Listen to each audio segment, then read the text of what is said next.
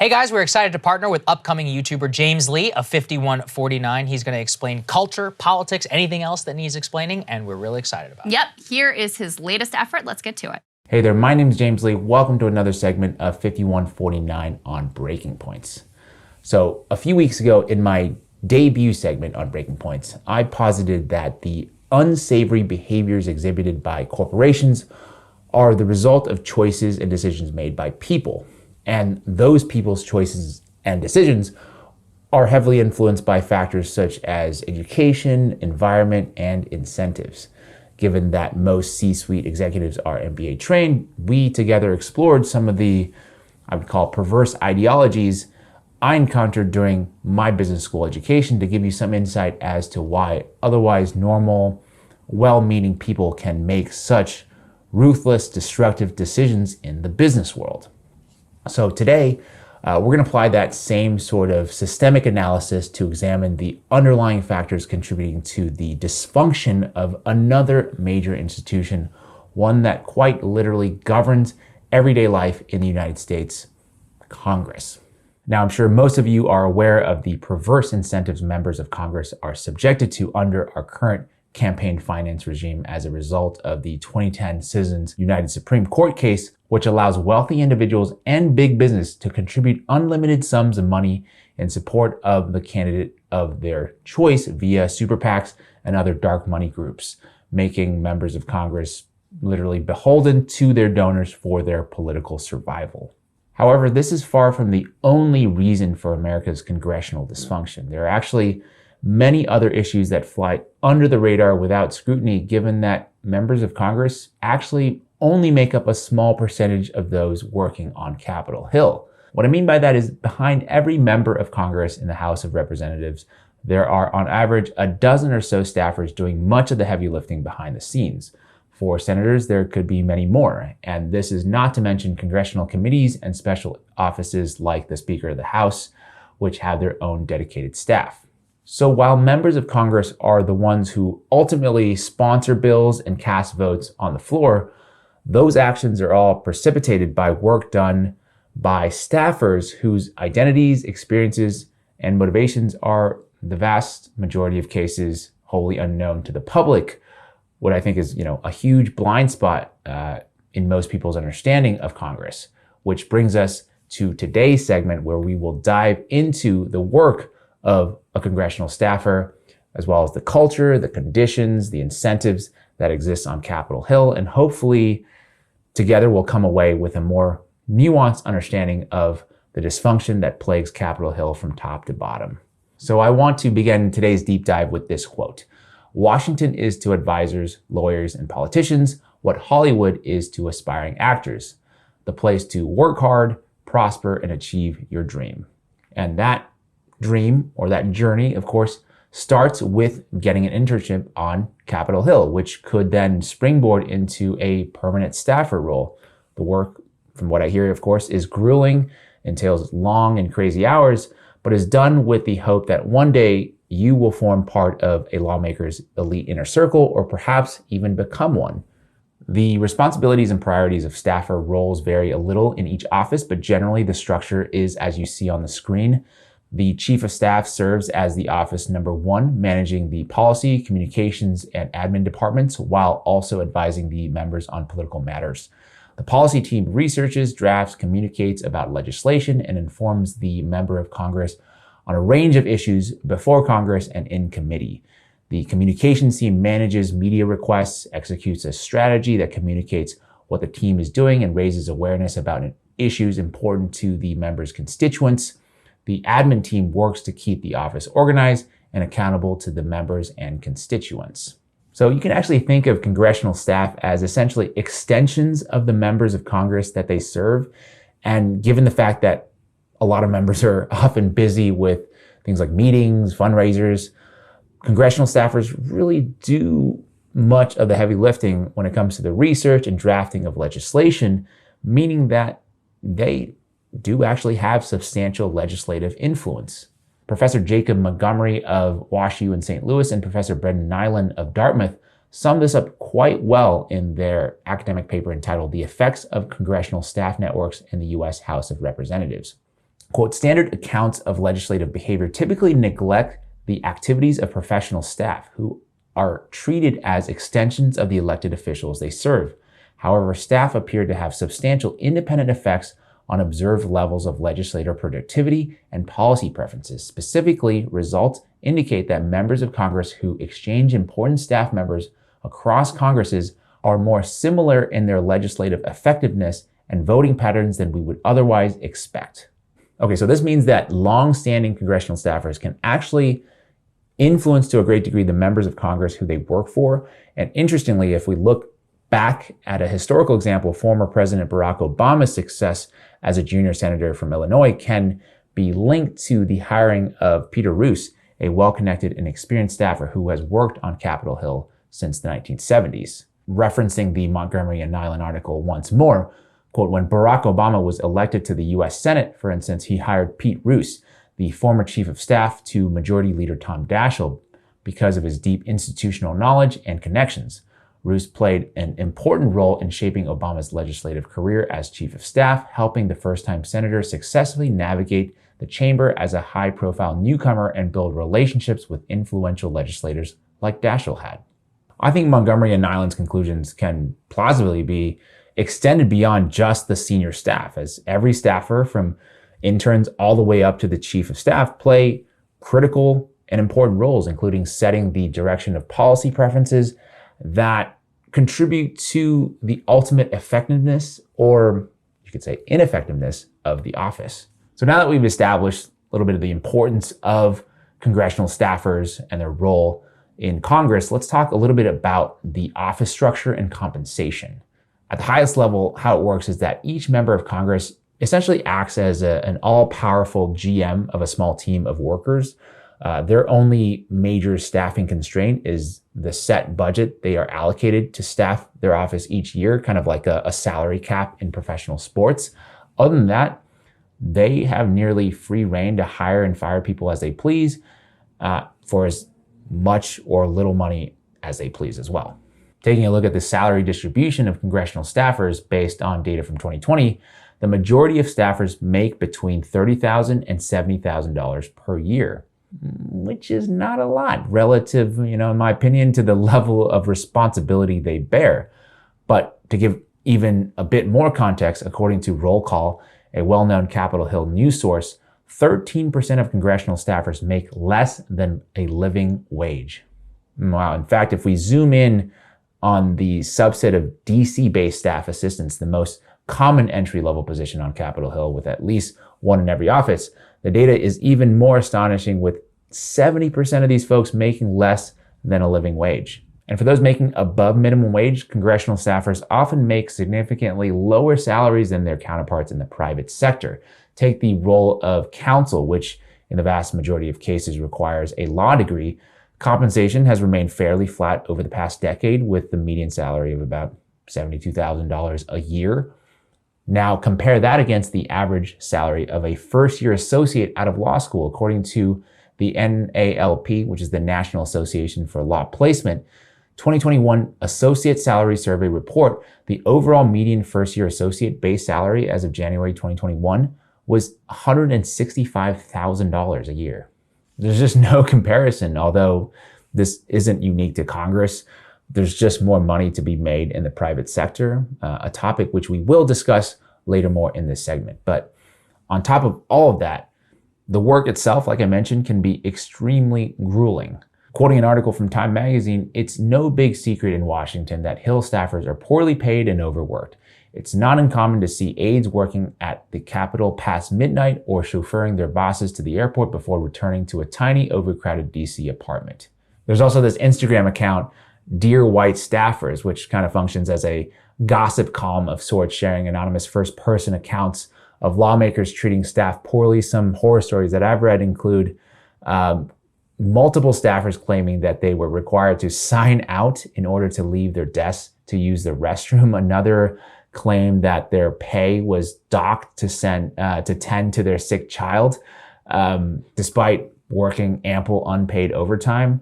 So I think to sum it up, congressional staffers face really long hours, very low pay, and something I think is worth mentioning is that their job security is kind of also dependent on the electoral success of their boss, right? For those working in representatives, working for representatives in competitive districts, that can mean that their job is at major risk of disappearing every 2 years. A very precarious kind of situation for folks who, at the same time, hold, like we talked about, a ton of legislative responsibility, not only to their bosses, but to the American people.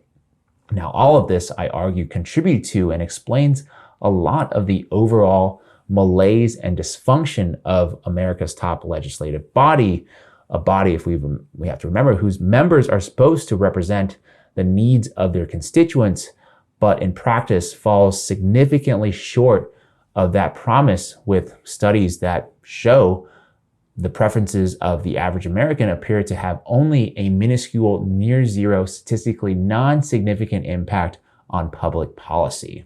I think one popular talking point that we've all heard is that working on Capitol Hill is seen as this kind of pathway to a lucrative job in the lobbying industry rather than an actual career in public service. But I think it's not necessarily because folks enter public service with ulterior motives. From the people I've spoken to, it's actually quite the opposite. But unfortunately, it's really hard to be put in a grueling environment with relatively low pay and not be tempted to, quote unquote, sell out and move to a more secure, higher paying job in lobbying or some other part of the private sector that relies on knowledge of the legislative system. One recent study found that 65% of staffers plan to leave Congress within 5 years, with many taking their valuable expertise and institutional knowledge with them to K Street lobbying firms. The same study found that between 40 to 45% see the private sector as their next career step. The way I look at it is people don't choose to become lobbyists. The environment and incentive structure in place makes it the obvious logical choice. And perhaps not surprisingly, this kind of talent turnover coupled with this unhealthy revolving door dynamic between the public and private sector is a bipartisan problem. According to Open Secrets, it's commonplace to find staffers who either came to Capitol Hill after representing private interests or left the member staff for a lobbying position. At the top of the list, the offices of Mitch McConnell and Chuck Schumer.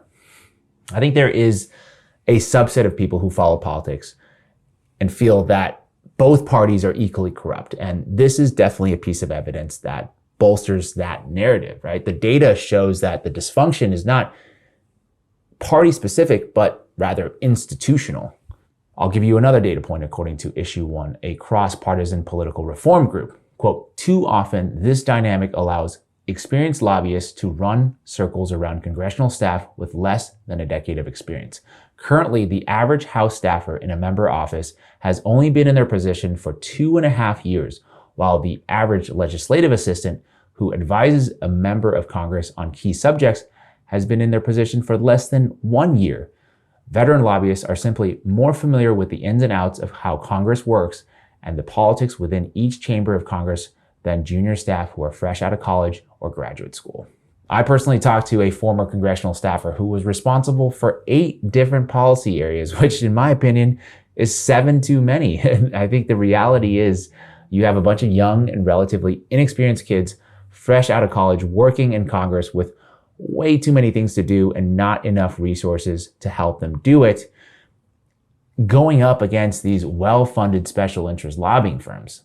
Lee Drutman, a political scientist who has appeared on the Realignment podcast with Saagar and Marshall Kozlov, made similar observations in an interview with Colorado Public Radio regarding the outsourcing of legislation to outside lobbyists. Quote, "It does not surprise me at all. This is what happens all the time in Congress, that lawmakers have small staffs.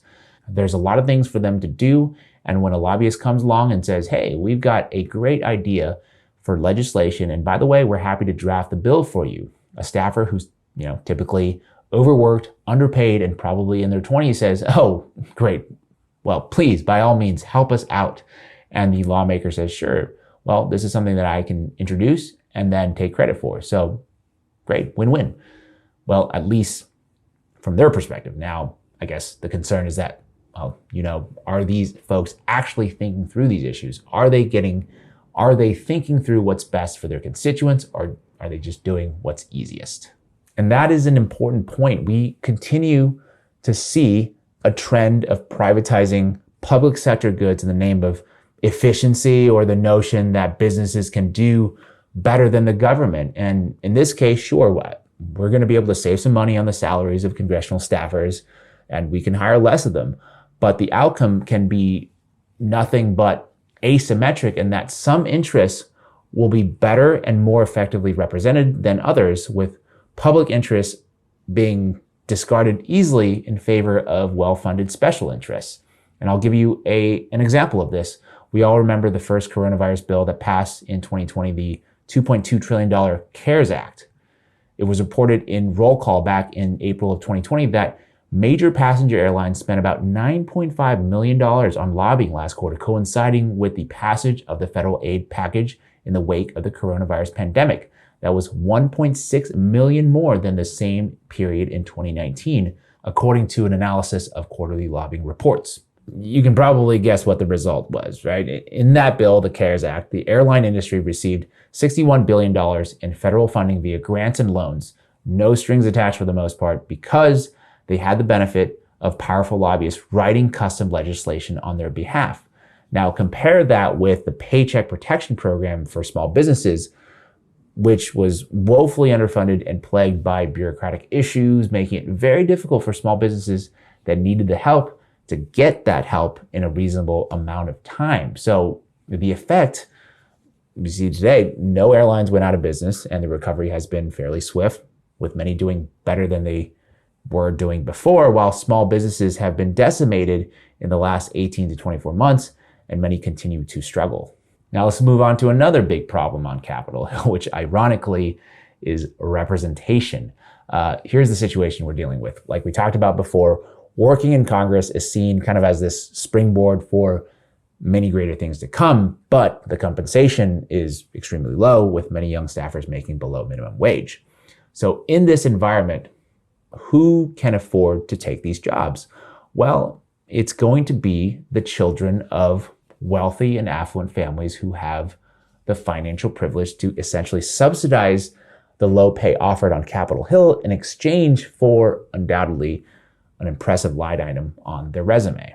If we look at this visual showing which colleges produce the most number of congressional staff on Capitol Hill, adjusted for the size of the student body, it's evident that the pipeline of young staffers draws from elite liberal arts institutions from the mostly affluent Northeast and DC-based regions.